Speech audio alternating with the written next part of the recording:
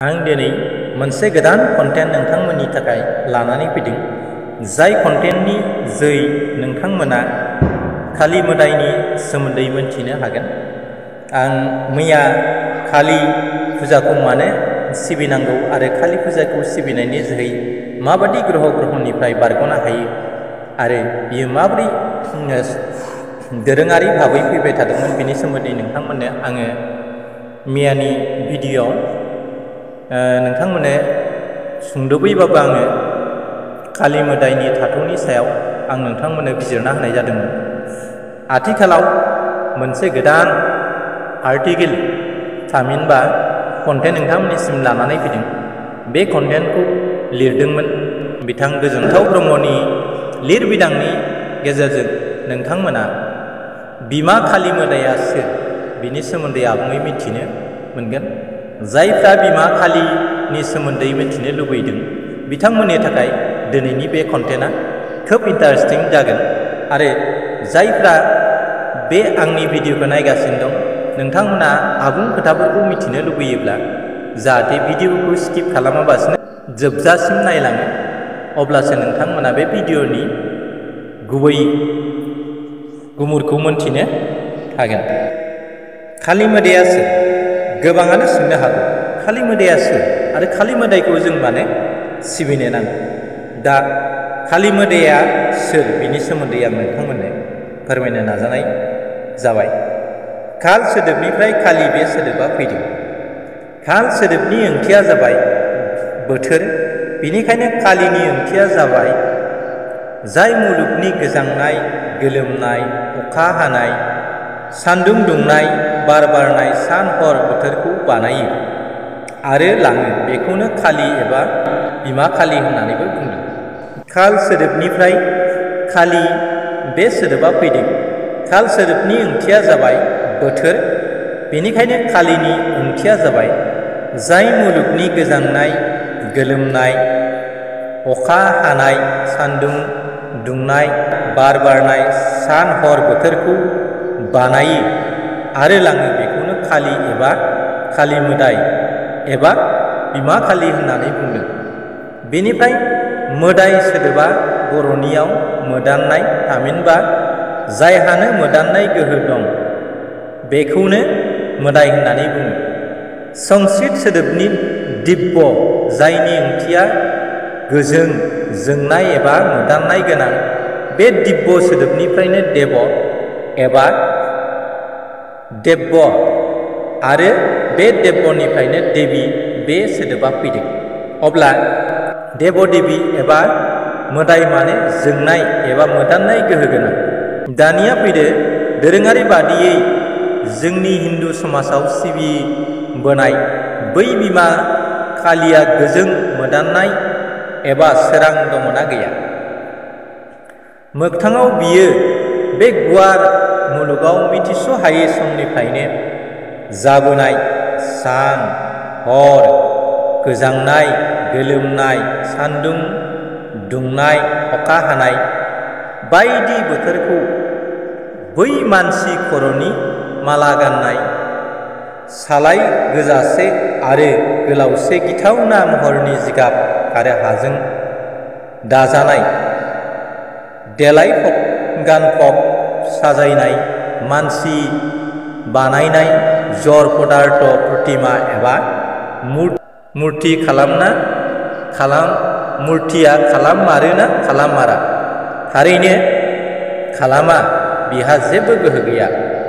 शास्त्रआव बुंदों उं रक्त वर्णय चतुर्मुखं दिभभुजं अकसूत्र कमंडू लकरियं हंसासन समारुवं नाभिदेहे थायत, जायनि ओंथिया जाबाय ओंकारआ जाबाय इसोरनि बयनिख्रुइ गोदैसिन मुं। रक्त माने थै, वर्ण माने बायदि, बेनिखायनो रक्त वर्णनि ओंथिया जाबाय थै आरो गोजा। चतुर्मुखंनि ओंथिया जाबाय जेथिंबो मोखां गोनां काली बिमा, जेरैथिंबो मोजां दङ ने? थारैनो गैया। दिव्यपुजंनि ओंथिया जाबाय गियान आरो अगियान थाइनै आखाइ थामहिनबा गियान आरो अगियाननि बिगोमाया थै बायदि गोजा गाबनि बै ओंखारखौनो फोरमायदों। अकसूत्रनि ओंथिया जाबाय जामख'नो रोङै ज्योति खुन्दुंजों बयखौबो सुथाबनानै गोथाङै लाखिग्रा आरो कमंड लुकुरंनि ओंथिया जाबाय कमंडलता लानाय थामहिनबा साधुफोर लाग्रा बै लथाखौनो कमंडलता होननानै बुङो। बेनि गेजेरजों थै बायदि गोजा आरो गियान आरो अगियाननि बिगोमा ओंकारानो लता महरनि बै मुलुगखौ हमथानानै लाखिनानै दं। बिनो बे मुलुगनि हाबाफोरखौ जाहोगासिनो होननानै बुंदों। समा रुरं हंसनि ओंथिया जाबाय हांसो बिखुङाव गाखोनाय। हांसोआ जेरै मोजां गाज्रि गासैखौबो खुगायाव सोनायनि उनाव गाज्रिखौ एंगारनानै मोजांखौ बासिनानै जायो, बेनिखायनो हांसोआ गियाननि नेरसोन एबा सिन। बेनि सायाव सोबाव ओंकार एबा परम ब्रह्म, बै परम ब्रह्म एबा थैबादि गोजा खालि बिमाखौ नाभि देश धायत होननानै बुंदों। नाभि देश धायत होननानै बुंदों आरो जायनि ओंथिया जाबाय नाभि माने उथुमाय, देशनि ओंथिया जाबाय रायजो आरो धायतनि ओंथिया जाबाय खुलुमो। माने बै परम ब्रह्म जायखौ बिमा खालि होननानै बुंदों बेखौ उथुमायनि रायजोआव खुलुमो। माने उथुमाया मानसिनि उदैयाव थायो, थिग बेबादिनो उदै महरनि बै अखरांनि गेजेराव थानाय उथुमाय बादि फुं आरो मोनाबिलि समाव गोजा महर लानाय बै जोंमा सान सोरजिगिरिखौनो बिमा खालि आरो बेखौनो उथुमायनि रायजो एबा अख्राङाव खुलुमो होननानै बुंदों। बिदिब्ला फैदो जों मिथिनानै लादिनि बिमा खालिनि बै सालाय गोजानि गुबै ओंथिया जाबाय फुं आरो मोनाबिलि समाव साननि थै बायदि गोजा महर एबा रुप धारण खालामनाय। खालि बिमानि गोदोनायाव गाननाय बै मानसि खर'नि मालानि ओंथिया जाबाय बै सासेल' इसोर जायहा थैनाय, उजिनाय, जामख'नाय आरो जागायनाय थुंगेनाय जेबोआनो गैया। बै परम ब्रह्मआनो सोरजिगिरियानो मुलुगनि मानसिमानि एबा जिबनांखौनो दोंसे ज्योति खुन्दुंजोंनो सुथाबनानै लाखिनायखौ बुजायदों। मानसिखौ जासे जानानै खर'आव माला गाननायखौ बुजायाखै। बेनिफ्राय बै आखाइ थाइसेजों बिमा खालिया मोनसे थै लाला लिला गनाय गुबुन मोनसे खर' हमथानानै लाबावदों। बेनि ओंथिया जाबाय खर'निफ्राय थै गनाया गोथांनि नेरसोन आरो बेनि उनाव दं मासे सियाल। सोलोगोरा सियाल महरनि गियानि ऋषिमुनि एबा साधुआसो नुहुरदों जे बै ओंकार थै बायदि गोजा जेथिंबो मोखां गोनां कमंडलता लानाय हांसो बिखुङाव गाखोग्रा गियानिनिबो गोजौआव थाग्रा बै गेदेमा परम ब्रह्म सान सोरजिगिरियासो माथो गोथाङैबो बयखौबो लाखिनो बुंनाय जादों।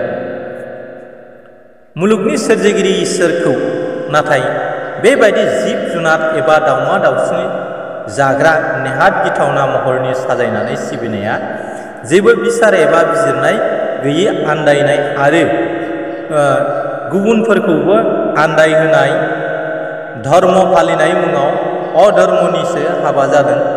बेनि जाहोना जोंनि गेजेराव कालि दुर्गा सरस्वतीया मा, बियो बहा थायो आरो बियो मा महरनि आरो बेखौ मानो सिबिनांगौ, सिबियाब्ला मा जायो, सिबिनाया गोनां नंगौना नङा, बेफोरनि बागै गेबेङै सावरायलायनाय जाया। हिन्दु शास्त्रआव बुंदों अहिंसमसा परम धर्म, जायनि ओंथिया जाबाय हिंसा खालामियानो बयनिख्रुइबो देरसिन धोरोम। नाथाय मोगथाङाव जों मा नुनो मोनो बयबो बिजिरनानै नायदो। एसेनोसै। गोजोन्थों खुलुमबाय।